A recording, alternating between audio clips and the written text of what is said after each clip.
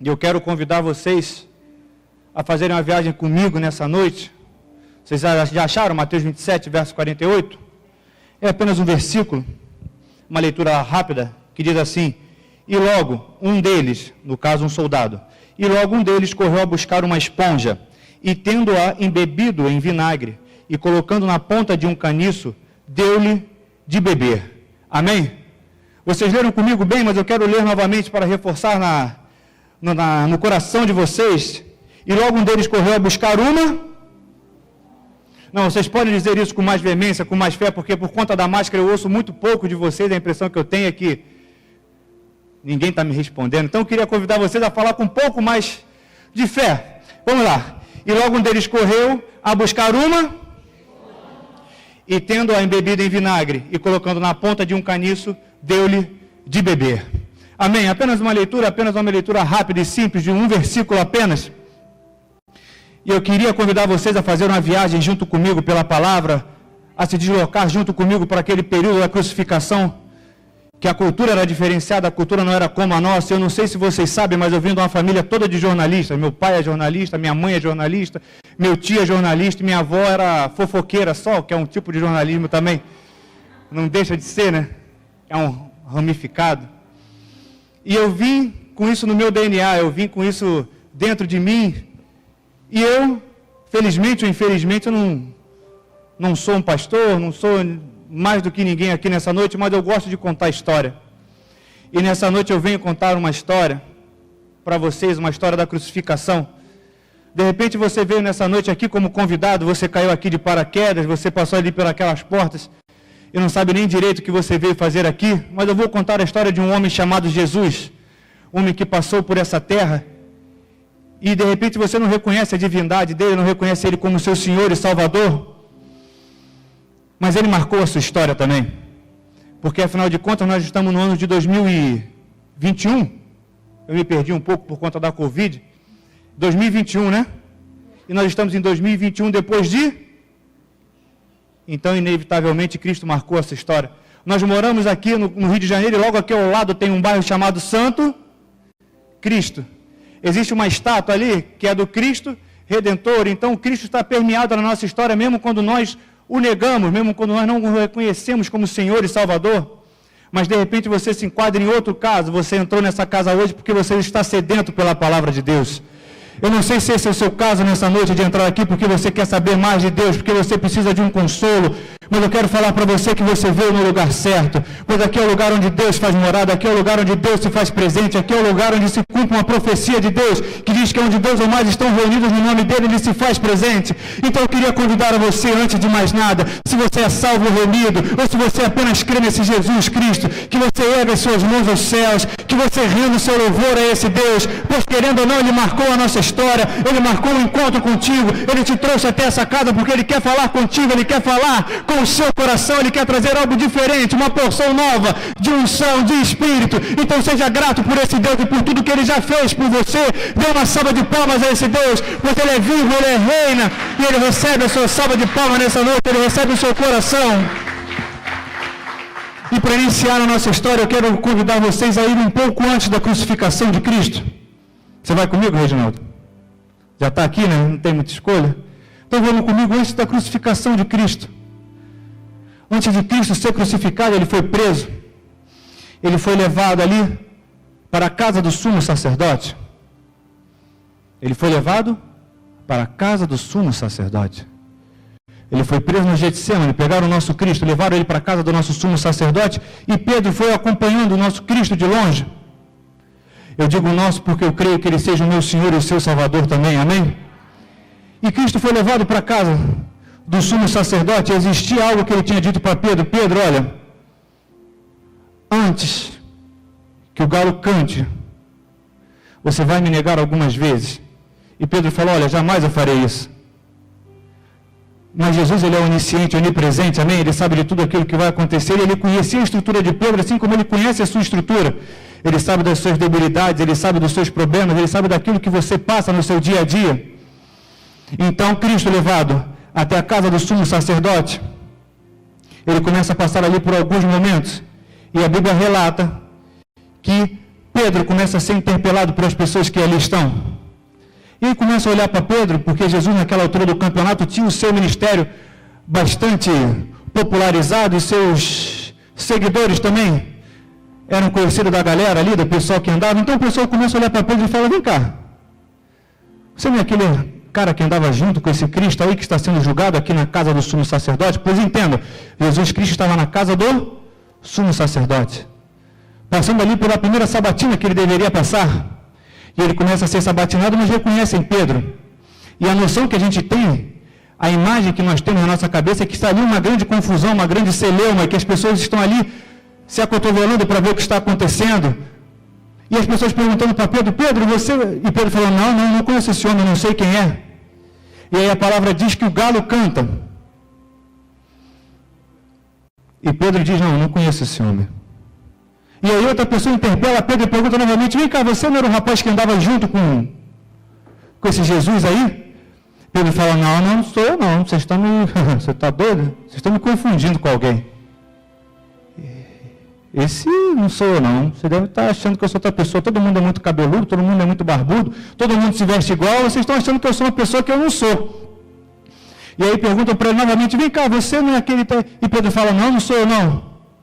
E o galo canta novamente, e a palavra de Deus nos diz em Lucas que Jesus olha para Pedro e que Pedro olha para Jesus. Os olhares dele naquele momento se encontram, e a noção que a gente tem, o que a gente pensa, a imagem, pelo menos que eu criei na minha mente, é que existia uma grande confusão, Jesus ali no meio, as pessoas interrogando Cristo, um acotovelamento danado, parecido com a entrada de jogo de futebol, não do Flamengo, mas entrada de jogo de futebol normal de outros times, né? A pessoa do Flamengo é civilizada mesmo, não? Aí aquela confusão, aquela grande bagunça acontecendo, aquele tipo de coisa, você, não sou eu, e aí a gente bota na nossa cabeça que o que canta é um galo, cocoricó, né? A gente acha que canta um bichano cheio de pena, mas entenda o que eu vou lhe passar nessa noite, o que eu vou lhe dizer. E antes eu queria fazer uma pergunta para que a ilustração fique mais concreta.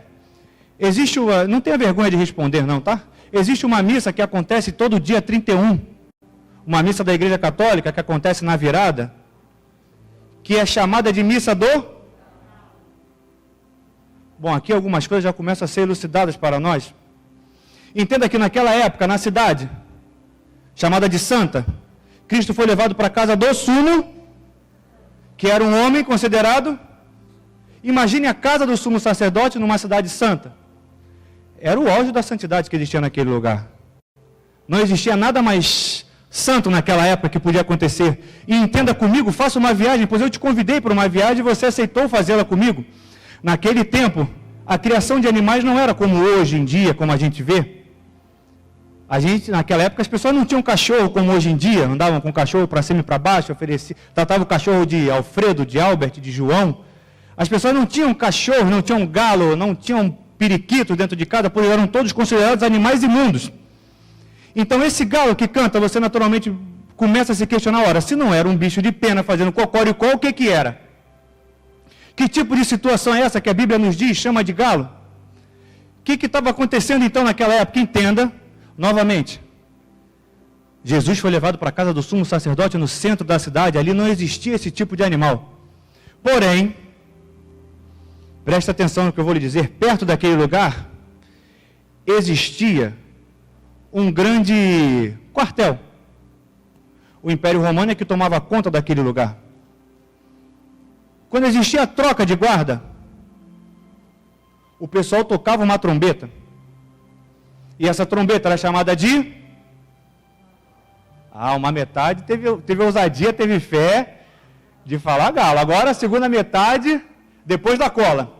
Existia um grande quartel. Esse quartel, na troca de guarda dos turnos, eles tocavam uma corneta. Eles tocavam uma trombeta. Eu não sei se na Marinha existe esse costume, mas quando a gente vê desenho, que a gente é pequeno, o pessoal coloca aquele pam pam pararam pam pam pararam pam pam pam pam pam pam pam pam. É uma espécie de sinal. Na época da troca de guarda, eles tocavam uma trombeta chamada galo, que coincidentemente é no mesmo horário da missa da Igreja Católica. Então esse acontecimento aconteceu à noite. Esse ocorrido aconteceu à noite, essa opressão toda aconteceu à noite. E esse galo que cantou é uma trombeta. Era algo que tocava naquele lugar para anunciar a troca de guarda. E no momento que a trombeta toca, o olhar de Cristo fita Pedro. O olhar de Cristo começa a olhar para Pedro e Pedro se sente constrangido pelo olhar de Cristo. Porque entendo o que eu vou lhe dizer. A Bíblia existe um mistério grande. Toda vez que toca uma trombeta é porque o sobrenatural está querendo se mover. Toda vez que toca uma trombeta é porque o céu está se abrindo e algo vai acontecer de diferente naquele lugar. Toda vez que toca uma trombeta é porque elas estão anunciando que o rei está chegando, que o rei chegou na casa. Toda vez que toca uma trombeta é porque algo está acontecendo. E independente dessa trombeta, Deus usa o que Ele quer, a hora que Ele quer, da maneira que Ele quer. Deus usou uma trombeta chamada de galo, do outro império que oprimia aquele povo para tocar naquele lugar e chamar a atenção de Pedro. E quando a trombeta toca, o olhar de Pedro e o olhar de Cristo se encontram. Eu não sei o que te trouxe nessa casa, nessa noite, mas eu posso te garantir que uma trombeta no mundo sobrenatural tocou nessa noite e te trouxe até lugar, aqui nesse lugar. E eu disse há pouco tempo que quando a trombeta toca, é porque o sobrenatural quer se mover. Então o sobrenatural quer se mover na sua vida nessa noite. O sobrenatural quer fazer algo diferente. E de repente nessa noite o seu olhar se encontra com o olhar de Cristo, igual foi de Pedro. E naquele momento que a trombeta tocou, os olhares deles se cruzaram.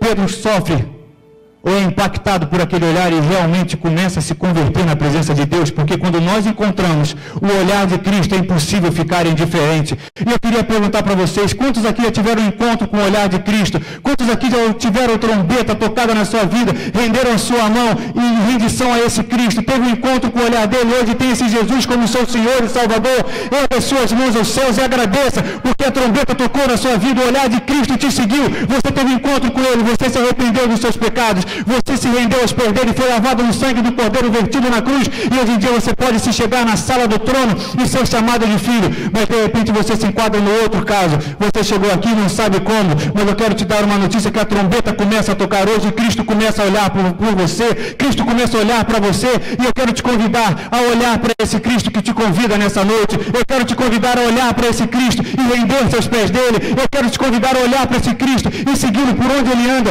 eu quero te convidar a olhar para esse Cristo e deixar que Ele te toque nessa noite. Eu quero deixar a você, convidar você a deixar esse Cristo olhar para você com olhos de compaixão, porque eu te garanto que quem olha para esse Cristo e é fitado pelos olhos de amor, os olhos de paixão, os olhos que te chamam, olhos que te abraçam, não consegue resistir, assim como foi como Pedro começou a chorar copiosamente, amargurado por aquilo que ele tinha feito, por aquilo que ele tinha passado.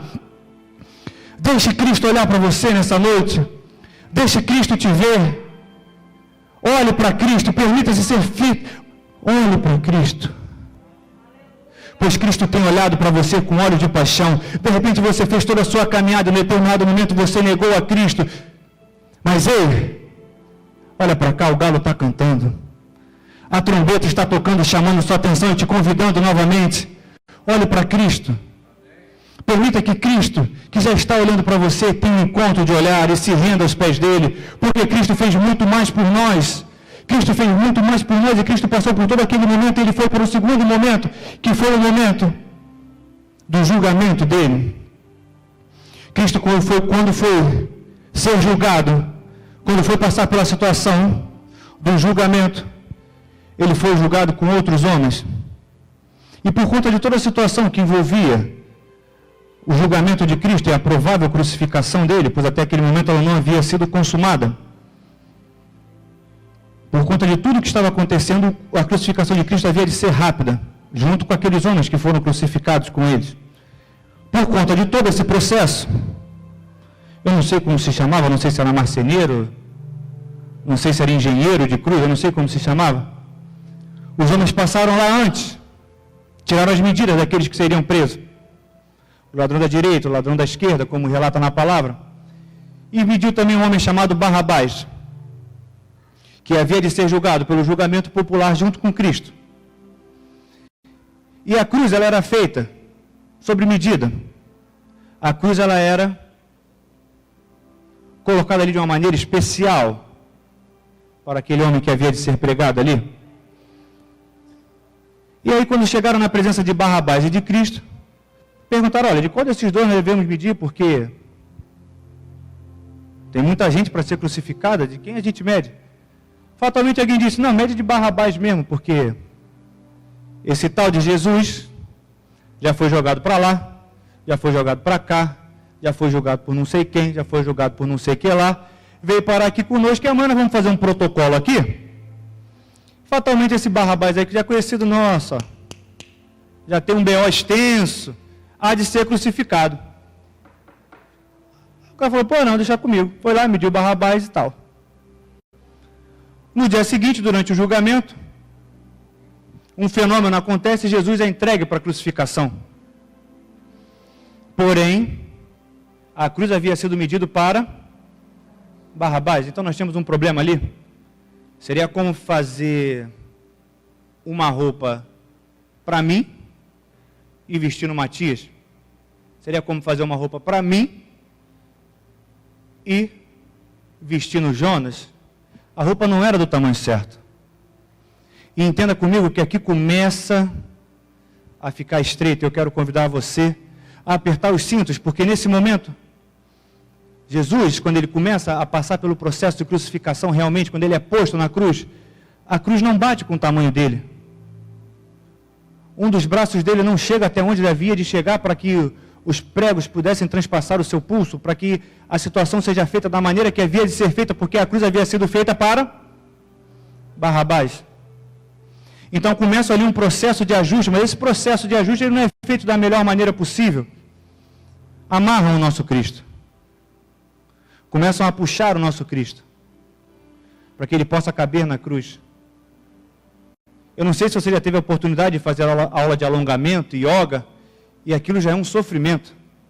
Quem já fez judô, quem já fez jiu-jitsu, sabe que a parte do alongamento é uma parte que você sai para beber água, você sai para ir no banheiro, porque aquilo é horrível. Agora imagina você preso num madeiro, por um pulso, e uma pessoa do outro lado puxando o seu braço para que você pudesse chegar até a medida que você havia de chegar. E aí você começa a se questionar, meu Deus, para que tudo isso?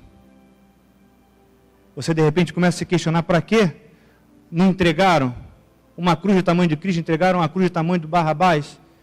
Porque a notícia que eu tenho para te dar não é tão boa assim.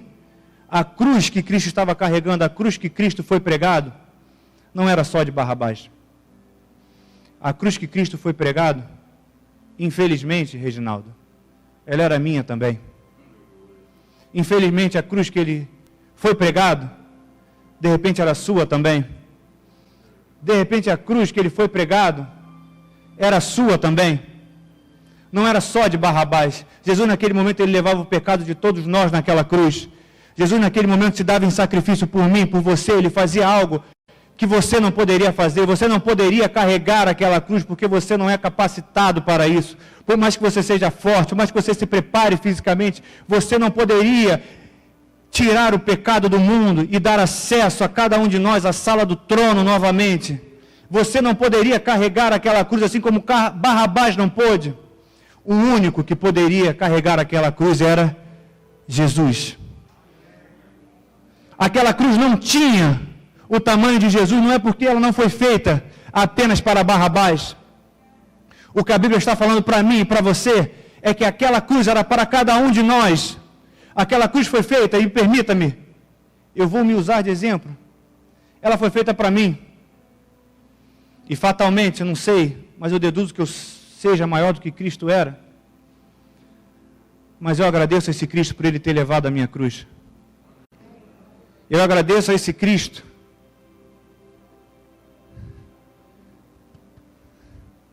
por ele ter morrido por mim. Eu não merecia que ninguém se entregasse em meu lugar.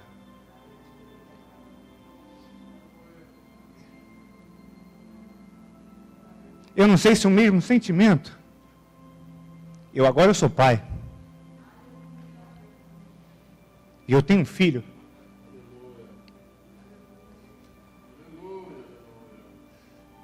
Eu não consigo dar meu filho.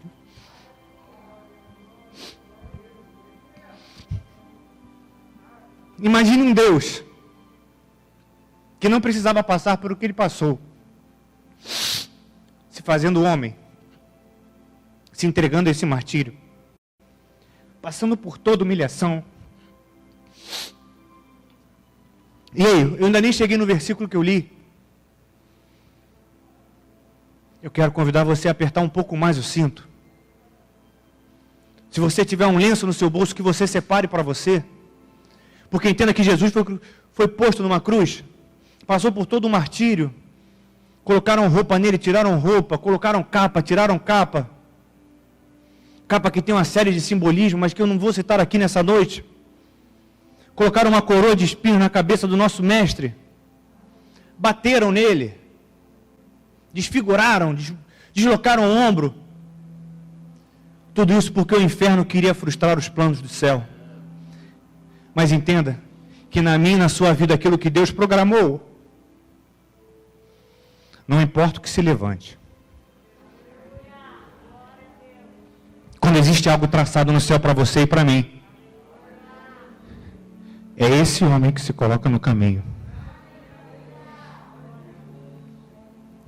E o processo continua. E aí eu quero chegar no ponto onde eu li com vocês, que é o ponto da cruz, quando Jesus diz que teve sede. Eu lembro quando eu era pequeno, eu jogava bola ali num prédio no Engenho de Dentro, tinha uma área chamada Quadradinho.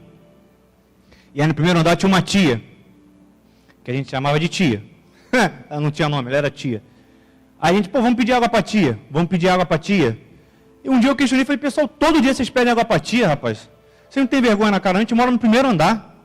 A gente só bebe água, todo dia água para tia. Um amigo meu falou para mim assim, ô garoto, eu era o mais novo, né? Fuinha, não é garoto, é fuinha, né? Ô fuinha, se liga, rapaz, água não se nega a... É o mandamento da vida, que eu conheci lá no Engenho de Dentro. Água não se nega a ninguém, garoto. Eu, é? É. Então a tia tem obrigação de dar água pra gente? Tem. Então tá água aí, tia. Todo dia eu pedi água. Tia, me dá água. Ah, mas eu não tô nem com sede. Mas água não se nega a ninguém. Tia, me dá água. Comecei a parar nesses negócios assim, Big Beer. Me dá água aí, pô. Me dá água. Eu descobri que a água era da bica, mas água não se nega a ninguém. Me dá água aí, pô. O que custa? E Jesus pediu água na cruz, depois de passar por isso tudo. Fatalmente aqueles homens também tinham esse conhecimento, porque me parece que isso é uma lei perpétua, né? Parece que todo mundo quando nasce, alguém informa que água não se nega a ninguém, mas aqueles soldados eles não tinham conhecimento disso. E aí Jesus pede água. E aí eu vou ler de novo com vocês. Logo um deles correu a buscar uma esponja. Ora.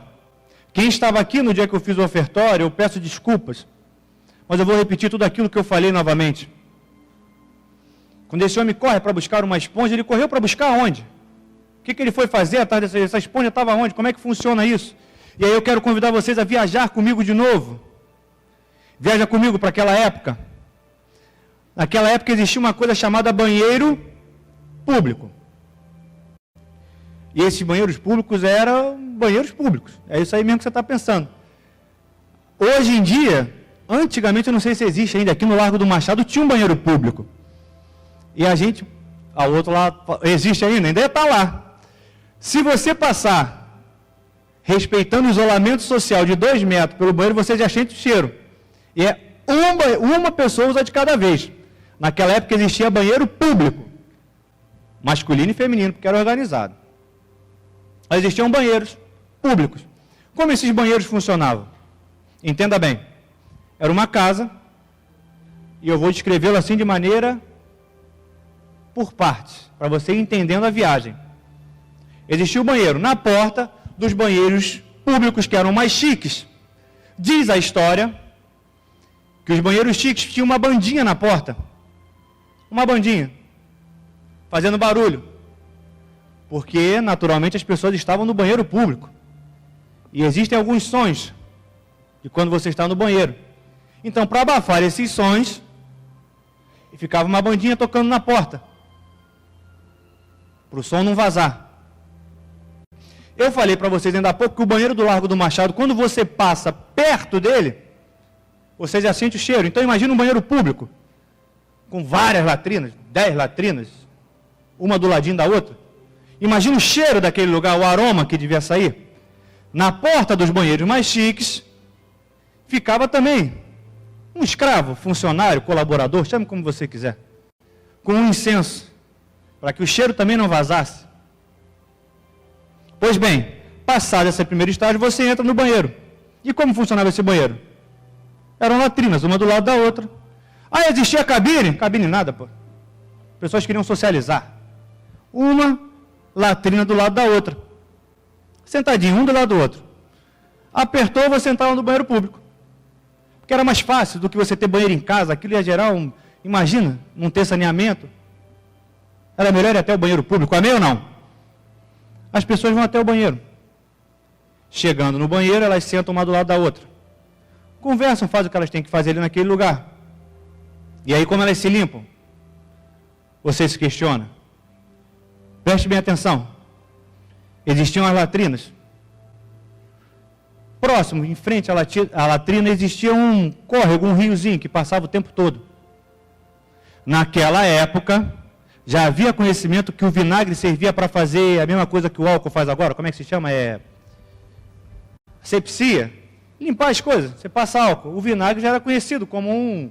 Como é que é? Antisséptico que chama? Como é que é? Como é que chama isso? Desinfetante. Viu? Por isso que eu casei. Aí, existia o desinfetante. Um baldinho com vinagre. Quando o sujeito chegava lá no banheiro, que ele acabava de fazer o que ele tinha que fazer, ele ia até o balde com vinagre, e nesse vinagre tinha um caniço. Na ponta desse caniço, uma esponja. O sujeito pegava aquele caniço com uma esponja e se limpava. Quando ele se limpava, ele passava naquele rio que passava na frente da latrina, limpava a esponja, se limpava de novo, passava a esponja naquele lugar, se limpava de novo, e se limpava de novo e passava naquele rio. Quando acabava, ele botava no balde com vinagre de novo e ia embora para casa. Daqui a pouco vinha outro, repetia esse processo. Há pouco tempo atrás, perto do lugar da crucificação, foi achado um banheiro público. E você leu aqui comigo? E logo um deles, um dos guardas, correu a buscar uma esponja. E tendo a bebida em vinagre, e colocando na ponta de um caniço, deu a Cristo de beber. Eu vou repetir para você. No banheiro público, as pessoas usavam o banheiro, pegavam o caniço com a esponja, se limpavam, botavam num balde, embebido com vinagre, e ali deixavam. Quando Cristo teve sede, alguém correu, pegou esse vinagre, esse galho, e entregou para Cristo. Vocês estão entendendo a magnitude da coisa? Vocês estão entendendo o quão triste é o sacrifício da cruz? Vocês estão entendendo o preço que Jesus pagou por mim e por você? Você entende o sofrimento de Cristo na cruz do Calvário, que nós podemos passar só apenas pelo espaço físico? No espaço físico, de repente você está me perguntando, mas você veio apresentar um Cristo sofredor? Eu estou apresentando para você o espaço físico. Na Bíblia diz que um cordeiro, quando fosse ser sacrificado, ele não poderia, por exemplo, ser sacrificado por asfixia, que era o modo de morrer da cruz. Geralmente as pessoas morriam por asfixia na cruz. Então, mesmo depois de passar por todo esse processo degradante que Cristo passou, ele ainda teve que se preocupar com a questão da morte dele, para que ele fosse entregue aos céus, da maneira que ele pudesse ser apresentado como expiação pelos seus e meus pecados. E aí, isso tudo acontece. E aí o inferno começa a celebrar, porque afinal de contas tudo aquilo aconteceu. Não é possível que esse Cristo tenha cumprido todas as etapas, não é possível que ele seja triunfante. Mas o nosso Cristo triunfou. Porque logo depois disso tudo, adentra no inferno um homem e fala para o diabo: ei, isso é conjectura minha, que eu falei para vocês que eu gostava muito de contar a história. Lá em Gênesis, quando o diabo acha que triunfou, quem entenda bem, o diabo ele acha que triunfou. Repita isso para você, para que você tenha certeza. O diabo ele acha que triunfou. Lá no Getsemane, quando Eva come do fruto e dá para Adão, o diabo ali pensa, olha, aqui eu triunfei. Acabei com os planos de Deus, acabei com aquela comunhão que existia. Mas entenda, Deus faz uma promessa para o diabo, que até o diabo tem promessa. Deus fala para o diabo assim, olha só, você pode esperar, rapaz. Eu estou parafraseando, tá? Essa é a versão. Olha, você pode esperar que de uma mulher vai nascer um homem que vai pisar na sua cabeça, que vai te destronar, que vai tirar a única coisa que você acha que tem, que é o comando de algo.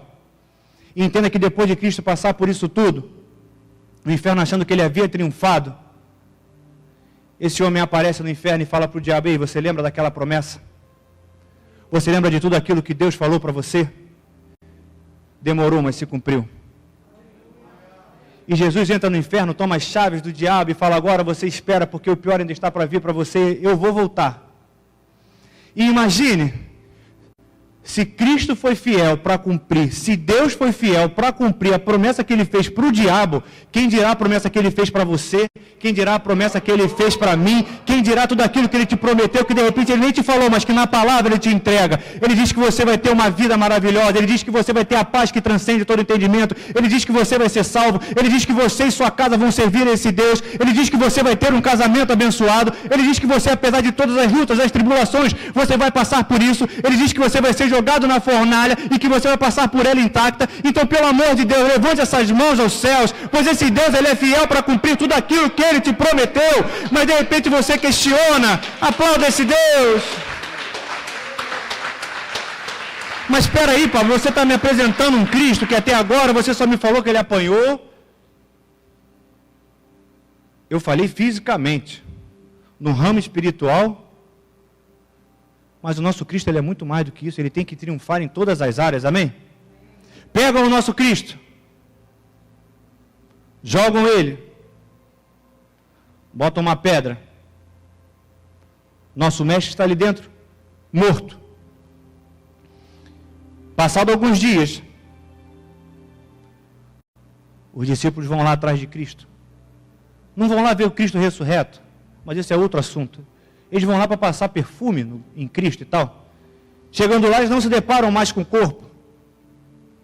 Chegando lá, eles não se deparam mais com aquele Cristo que sofreu. Eles perguntam, ora, onde está o Mestre? Mas o Evangelho, isso já foi dito aqui outras vezes, ele é muito específico a nos falar que dentro do lugar onde Cristo foi posto para repousar, não tinha mais nada. Apenas um lenço dobrado. Isso já foi dito aqui outras vezes, mas eu quero falar novamente para vocês, para que vocês entendam que Cristo, Ele triunfou em todas as áreas, no espiritual e no físico. Depois de passado por isso tudo, o lenço estava dobrado, existia um código. Não sei se esse código perdura até hoje, porque eu não frequento o tipo de restaurante que eu preciso falar código com garçom. O lugar que eu frequento, o garçom é João, chefe. Então eu falo, ó, vou ali e já volto. Mas existia um código que consistia no seguinte: quando o sujeito ele sentava à mesa para comer, existia um lenço. Quando ele acabava de comer, ele pegava esse lenço, limpava a barba, limpava a boca, jogava o lenço e ia embora. Quando o mestre sala, que é que eu estou chamando de garçom, passava, olhava o lenço todo revirado e falava, bom, Marcelão foi embora, posso tirar o prato dele. Só que entenda que quando o sujeito que estava comendo deixava o lenço dobrado, e o mestre sala ou garçom passava por ali e via aquele lenço dobrado, ele falava, ó, Marcelão vai voltar, não tira o prato dele não. Por quê? Porque o lenço dele está dobrado. Daqui a pouco ele foi no banheiro, foi pegar o dinheiro que esqueceu, mas ele vai voltar. Entenda que quando os apóstolos chegam no lugar onde Cristo estava, o lenço estava. Quando os apóstolos chegam naquele lugar é porque o lenço estava. Ali Cristo estava falando para as pessoas, olha, espera um pouquinho, porque eu vou voltar. E aí você pergunta, mas Cristo vai voltar quando? Bom, para mim e para você, eu não sei a data especificamente, mas aqueles apóstolos que estavam ali, aquelas mulheres que estavam ali, elas viram o lenço dobrado e logo ao se virar, Cristo estava ali com eles. Para eles, a volta de Cristo foi assim. Cristo disse um código: à espera que eu vou voltar. E isso perdura para mim e para você até hoje. Porque esse Cristo, ele fez uma promessa para mim e para você. Ele deixou o lenço dobrado, porque ele disse para mim e para você que ele vai. Esse Cristo, ele disse para mim e para você que ele vai, mas quando ele voltar, ele vai voltar triunfando em glória. Quando ele voltar, ele não vai mais vir com essas marcas que eu disse para você. Quando ele voltar, ele não vai vir mais como cordeiro, ele vai vir como leão. Quando ele voltar, ele não vai vir mais como sacrifício, ele vai vir como juiz. Quando ele vai voltar com seus olhos em chama de fogo, os seus pés como latão reluzente. Ele vai vir saltando pelos montes para recolher a sua igreja, que é viva, que é santa, que é capaz, porque a morte não pôde deter o nosso Cristo. O nosso Cristo triunfou no mundo espiritual e no mundo humano. Como isso se deu? Quando removeram a pedra, falaram: ora, cadê Cristo? Seria muito fácil. Fácil, entre aspas, né? Ele não voltar no mundo físico, mas ele voltou com as marcas nas mãos, ele voltou com a marca da perfuração, ele voltou com o nome de cada um escrito na palma da mão dele, ele voltou para provar para aqueles homens, e para provar para mim e para você, que ele não triunfa só no mundo espiritual, ele triunfa também no mundo físico, porque a morte não pôde detê-lo, o sepulcro não pôde detê-lo, nada pode parar o nosso Deus. A pedra foi removida, quando olharam perguntaram: cadê o corpo do nosso mestre? Mas o nosso mestre não estava morto, como tantos outros que nós vemos por aí, como Buda, como outro, diga outro, John Lennon, como Cazuza, como tantos outros que nós temos como ídolo, que nós temos como salvador das nossas vidas, que nós depositamos as nossas esperanças, como um dia teremos aí o jazigo do nosso presidente. O nosso Cristo, ele é imparável. O nosso Cristo, nada pode pará-lo. O nosso Cristo, ele vence no mundo espiritual, ele vence no mundo carnal. A pedra não parou, a morte não parou, ele anda no nosso meio até hoje, ele se faz presente aqui nesse lugar, ele sonda o seu coração, ele olha para você e te chama. Vem comigo nessa noite. Eu sou o Cristo que triunfou. Eu sou o Cristo que fui pregado na madeira, mas a madeira não pôde me deter. Eu sou o Cristo que vencia a morte. Eu sou o Cristo que vencia a pandemia. Eu sou o Cristo que vencia as guerras para o meu povo. Eu sou o Cristo que subvertia a ordem da terra. Eu sou o Cristo que ao meio-dia fiz a terra estremecer. Eu sou o Cristo que fez a noite cair ao meio-dia, que rasgou o véu do templo. Eu sou o Cristo que é capaz de mudar a sua história. Eu sou o Cristo que fui liberto. Eu fui o Cristo que rompi a madeira. Eu sou o Cristo que nada me parou. O chicote não me parou.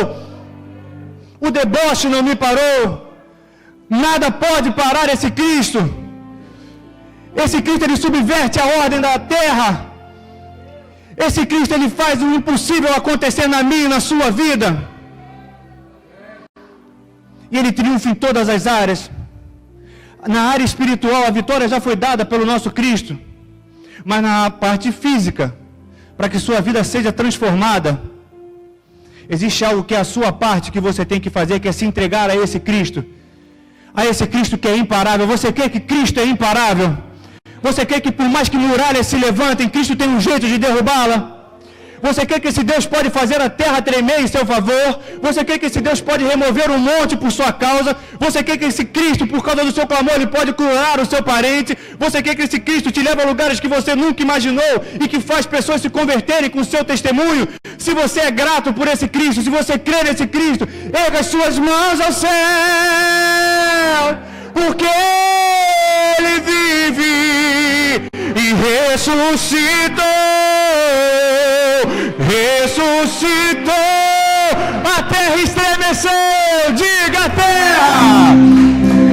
terra estremeceu, sepulcro se abriu e nada vencerá o seu grande amor.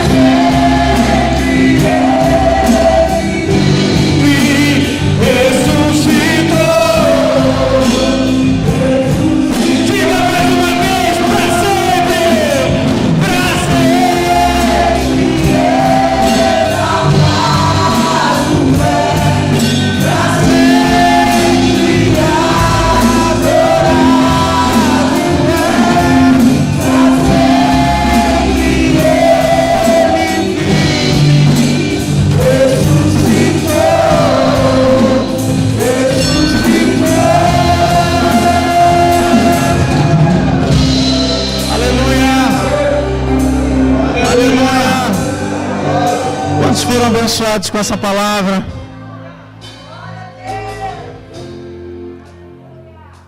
Pablo, nosso Sherlock Holmes da palavra de Deus, Deus quer te mostrar muita coisa, meu filho.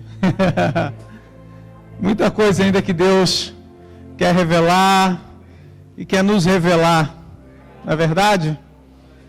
Mas, queridos, esse Cristo morreu com um propósito. O propósito de Deus é nos dar uma nova vida. O propósito de Deus é fazer com que nós sejamos transformados segundo a semelhança de Cristo. Então Deus tem trabalhado conosco, não só operando a salvação, mas Ele quer ser Senhor da nossa vida. É por isso que nós muitas vezes falamos que Deus, devemos aceitá-lo não somente como Salvador, mas também como Senhor. E às vezes existem pessoas que dizem, não, mas eu sirvo, eu amo Jesus. Mas a pergunta de Deus é, mas você serve ao Senhor? Ele é o Senhor da sua vida. E então eu quero convidar você nessa noite, querido. Você que está aqui hoje, está nos visitando. Vendo aqui alguns irmãos, que eu não vejo há um tempo. Alguns irmãos que eu estou vendo pela primeira vez. Eu quero convidar você a levantar uma das suas mãos. Queria que a igreja ficasse em oração. Todos nós pudéssemos clamar ao Senhor. Mas se você está aqui nos visitando hoje, você ouviu essa palavra e você diz, eu quero que esse Cristo seja o Senhor da minha vida. Eu convido você a levantar uma das suas mãos, que nós queremos orar pela sua vida. Um jovem aqui, tem uma moça ali, uma senhora. Aleluia, Jesus. Se você é essa pessoa que quer que Cristo seja o Senhor da sua vida, eu convido você, sai do seu lugar, vem aqui à frente. Pode vir, meu irmão. Vem aqui à frente, eu quero orar por você.